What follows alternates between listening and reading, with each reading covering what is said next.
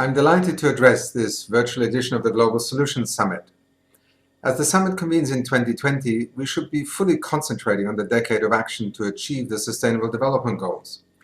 But we're now facing an immediate and unprecedented threat, COVID-19.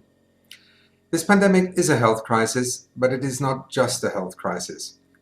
It is social, economic, and political impacts threaten to leave deep scars for years to come. Developing countries could lose at least $220 billion in income, which translates into lost jobs, closed factories, and stretched governments in some of the world's poorest and most vulnerable countries. Indeed, the magnitude of the crisis is changing by the day, and the numbers continue to rise. It will hit the most vulnerable. Its full impact has yet to be felt by the families displaced by war or climate change, the women only beginning to be heard in their fight for equality and security, the government institutions already struggling to deliver water, energy, and basic services, and informal sector workers with no capacity to go digital or work from home. It threatens to reverse the development progress that countries have achieved over the past 2 decades. Without support from the international community, we risk an entire generation to be losing development progress, if not in lives, then in rights, opportunities, and dignity. The World Health Organization is ably leading the United Nations response to the crisis. At the United Nations Development Programme, we are supporting the WHO in the immediate health and humanitarian crisis response and completing it with a development approach. We are fully operational in 170 countries and territories and mobilizing all of our assets to respond to this unprecedented challenge.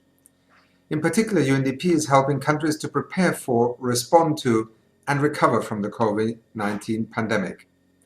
On preparation, UNDP is supporting countries to strengthen their health systems, including by helping them procure much-needed medical supplies, quickly leverage digital technologies, and ensure health workers are paid. On response, UNDP is helping countries to work across sectors to slow the spread of the virus and to provide social protection for vulnerable populations, promoting a whole-of-government and a whole-of-society response to complement efforts in the health sector.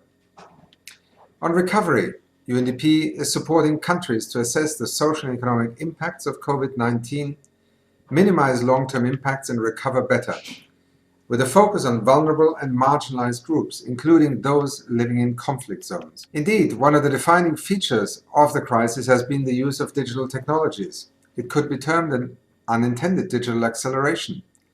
Governments and others are using technology to fight the virus, to track and monitor it.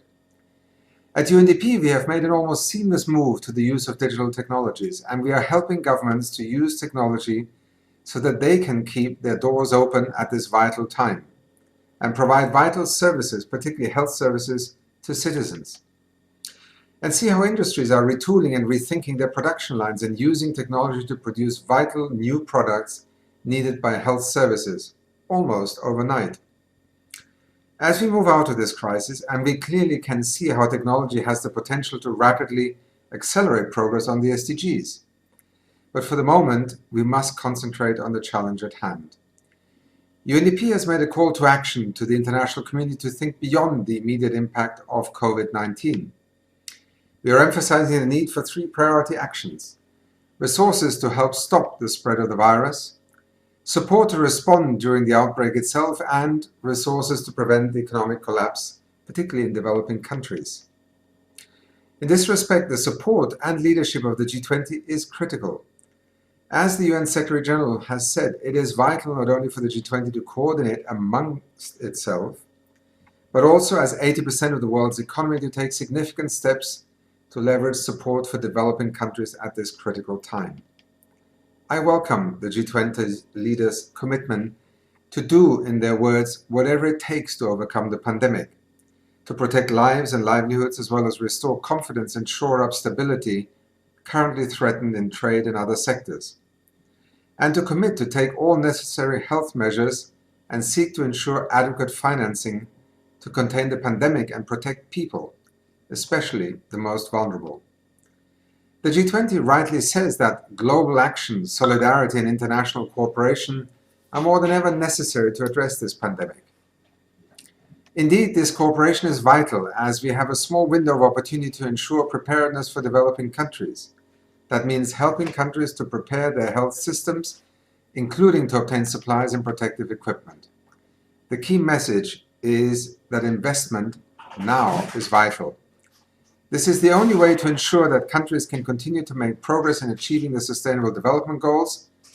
They are the kind of compass we need to quickly focus on a smarter recovery. Thank you.